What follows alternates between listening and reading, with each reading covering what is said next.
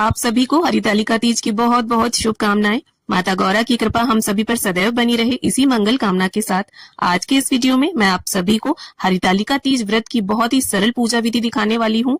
भाद्रपद मास यानी भादों के महीने के शुक्ल पक्ष की तृतीय तिथि को हरितालिका तीज का त्योहार मनाया जाता है। इस दिन सुहागिन महिलाएं अपने सौभाग्य को अखंड रखने के लिए और कुंवारी कन्याएं अच्छे घर वर को पाने के लिए व्रत रखती हैं। इस दिन माता पार्वती के साथ साथ शिव जी और गणेश जी अर्थात पूरे शिव परिवार का पूजन किया जाता है।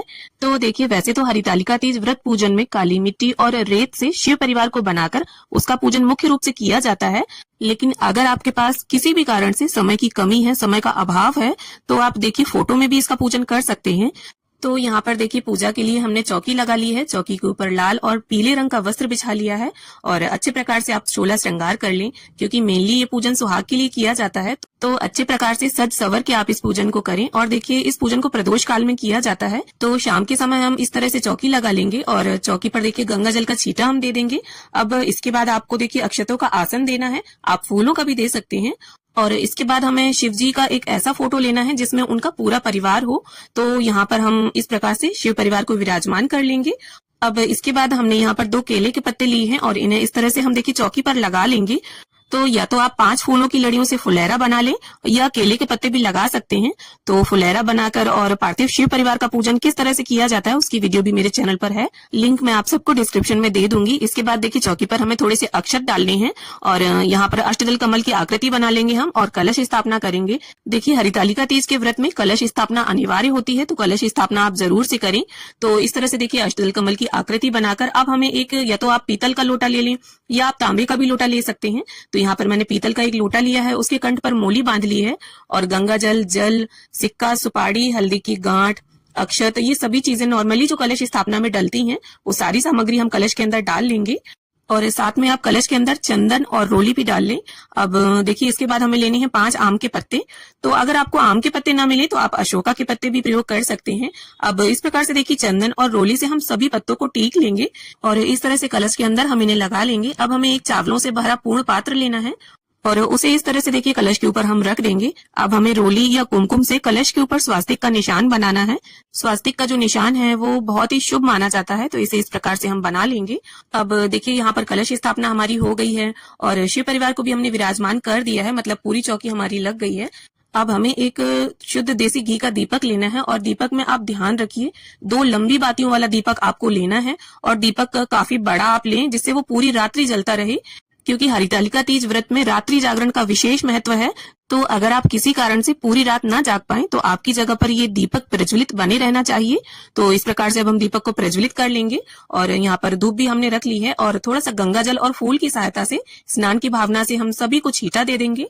अब इसके बाद स्नान के बाद जिस तरह से वस्त्र पहने जाते हैं ठीक उसी प्रकार से वस्त्र की भावना से यहाँ पर मैंने कलावा अर्पित कर दिया है। माता गौरी को यहाँ पर चुनरी अर्पित कर दी है। अब इसके बाद गणपति जी का, माता गौरी का, शिव जी का, कार्तिकेय जी का और शिव जी का जो वाहन है नंदी महाराज और माता गौरी का जो वाहन है सिंह, सभी को हम टीका कर लेंगे। साथ साथ दीप देव का भी पूजन कर लेंगे। तो जब माता पार्वती शिव जी को पति रूप में पाने के लिए वन में तप कर रही थी उस समय उनकी सखियों ने उन्हें अगवा कर लिया था। इस कारण से इस व्रत को हरितालिका कहा गया है। हरत मतलब अपहरण करना और तालिका मतलब सखी। तो यहाँ पर अब देखिए थोड़े से हल्दी पाउडर में गंगा जल डालकर हम यहाँ इसको पेस्ट जैसा बना लेंगे और इसे माता पार्वती के हाथों में लगा देंगे। अब इसके बाद हम कुछ बेलपत्र ले लेंगे और बेलपत्र पर आप चंदन से ऐसे ही टीक लें या इसके ऊपर आप अपनी मनोकामना भी लिखकर शिव जी को अर्पित कर सकते हैं। अब इसके साथ ही देखिए शिव जी की जो भी प्रिय वस्तुएं आपको मिल जाती हैं उन्हें आप ले लें। तो यहाँ पर मैंने धतूरा ले लिया है और वो अर्पित कर दूंगी मैं। साथ ही धतूरे के फूल है मेरे पास, लाल फूल है, गुलाब के गेंदे के फूल है, शमी पत्र है। तो ये सभी चीजें हम इस प्रकार से माता गौरी को, गणपति जी को, शिव जी को, कार्तिकेय जी को सभी को अर्पित कर देंगे। भगवान शिव शंकर को वन में मिलने वाले फल, फूल, पत्ते बहुत अधिक प्रिय हैं, क्योंकि माता पार्वती ने वन में जब तप किया था तब इन्हीं चीजों को अर्पित करके भगवान शिव शंकर को प्रसन्न किया था। तो हरितालिका तीज व्रत में 3 की संख्या का बहुत अधिक महत्व है। तो किसी भी तरह के 3 प्रकार के फल आप अर्पित कर सकते हैं या कोई भी एक फल 3 की संख्या में भी आप अर्पित कर सकते हैं। तो यहाँ पर मैंने खीरा, नाशपाती और नारियल का फल अर्पित किया है। साथ ही मैं यहाँ पर 3 तरह की मिठाई अर्पित कर दूंगी। इसके साथ ही जो भी आपने घर में पकवान बनाए हो वो भी अर्पित करें। अब इसके साथ ही माता पार्वती को यहाँ पर हम 16 श्रृंगार समर्पित कर देंगे। देखिए, जब भी कोई सुहाग का पूजन हो और आप माता गौरी का या माता पार्वती का पूजन करें तो श्रृंगार का सामान जरूर अर्पित करें। चाहे आप 5 ही वस्तुएं अर्पित करें, उसमें चूड़ी, बिंदी, महावर, मेहंदी, सिंदूर, ये आप जरूर रखें। इसके साथ आप जितना चाहे वो अर्पित कर सकती हैं।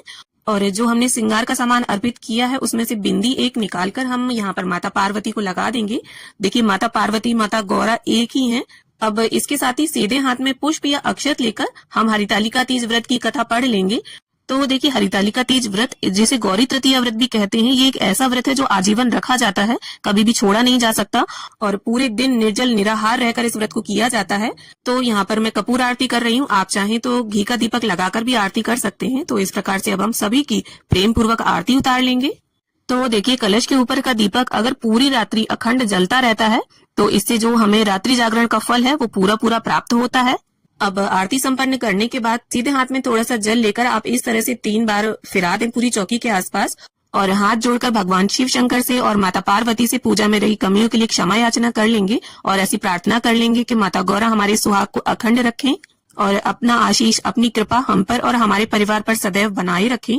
अब देखिए, आपकी शादी का जो भी सिंदूरा हो, मतलब जो भी सिंदूर दानी हो जो आपकी चढ़ाई में चढ़ी हो, उसमें आपको नया सिंदूर भरना है, जूठा सिंदूर नहीं होना चाहिए। और इस तरह से 5 बार माता गौरी को हम इसे अर्पित कर देंगे और 5 बार मतलब जितनी बार आप अर्पित करें उतनी ही बार हमें इसे अपनी मांग में सजाना होता है। जैसे इस प्रकार से हमने 5 बार अर्पित कर दिया, अब 5 बारी माता गौरा से हम इसे लेकर अपनी मांग में सजा लेंगे। इसे सुहाग लेने की विधि बोलते हैं। तो इस तरह से पूजा के बाद आपको माता गौरा से सुहाग जरूर लेना है।